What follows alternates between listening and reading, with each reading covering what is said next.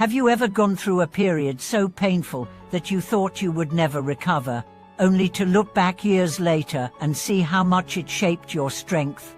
Have you ever wondered why some people seem to grow deeper, wiser, and kinder after loss or failure? Welcome back to the channel. Today we are going to explore how suffering, though unwelcome, can carry within it the nectar that heals the soul. We'll talk about why hardship is not simply something to be endured, but a field in which resilience, compassion, and clarity can grow. In our culture, suffering is often treated as a mistake, a failure of planning, or something to be erased as quickly as possible. We are taught to avoid it, cover it, or distract ourselves from it. But the great spiritual traditions, as well as many survivors of profound hardship, tell a different story. Suffering, faced directly and understood, can become a medicine that cleanses illusions, strengthens the heart, and opens a deeper connection to life. Think about the most meaningful lessons you've learned. Were they born from comfort or from struggle? Often, it is when our plans collapse, when relationships break, when health falters, that we are forced to question what we truly rely on. The breaking of what we thought was solid reveals the deeper ground beneath. This is not romanticizing pain, it is recognizing that some truths are hidden until comfort is stripped away. In Buddhist teaching, suffering is not a flaw in life, but one of its fundamental characteristics. To see this clearly is not to become pessimistic, but to stop fighting the fact of change and loss. When you no longer waste energy on wishing that life should be different from what it is, you can use that energy to meet life as it is.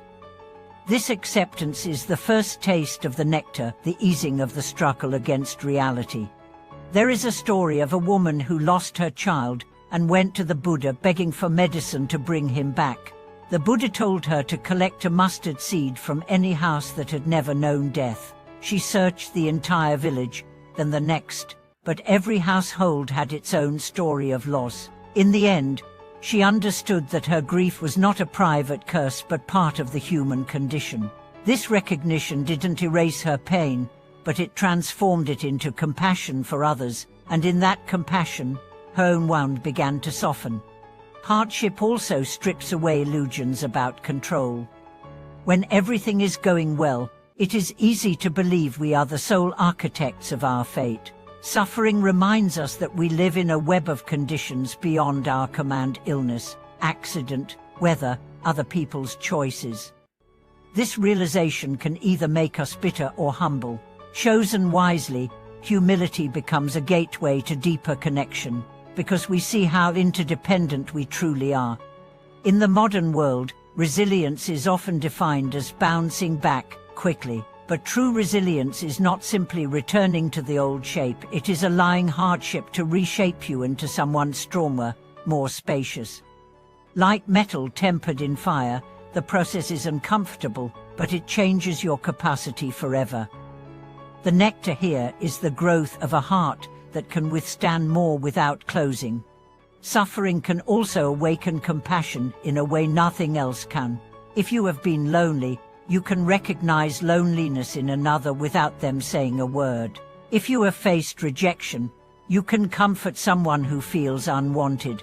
This is not pity, it is the deep empathy that comes from having walked through similar darkness. Compassion born this way is trustworthy because it is rooted in experience, not theory. There is another story, this time of a man who spent years in prison for a crime he didn't commit. When he was finally freed, a journalist asked if he hated those who warned him. He replied, "If I let them take my compassion too, then I've lost more than my freedom." His suffering had taught him that bitterness would only chain him again. The nectar here was the choice to keep his heart intact. How do we actually taste this nectar in the middle of pain? First, by not turning away. This doesn't mean wallowing, but it does mean feeling what is there, instead of numbing it with distractions. Second, by asking what the experience can teach, not in the sense of blame, but in the sense of discovery. Third, by connecting with others who understand, so that suffering becomes a shared human space, rather than a lonely prison.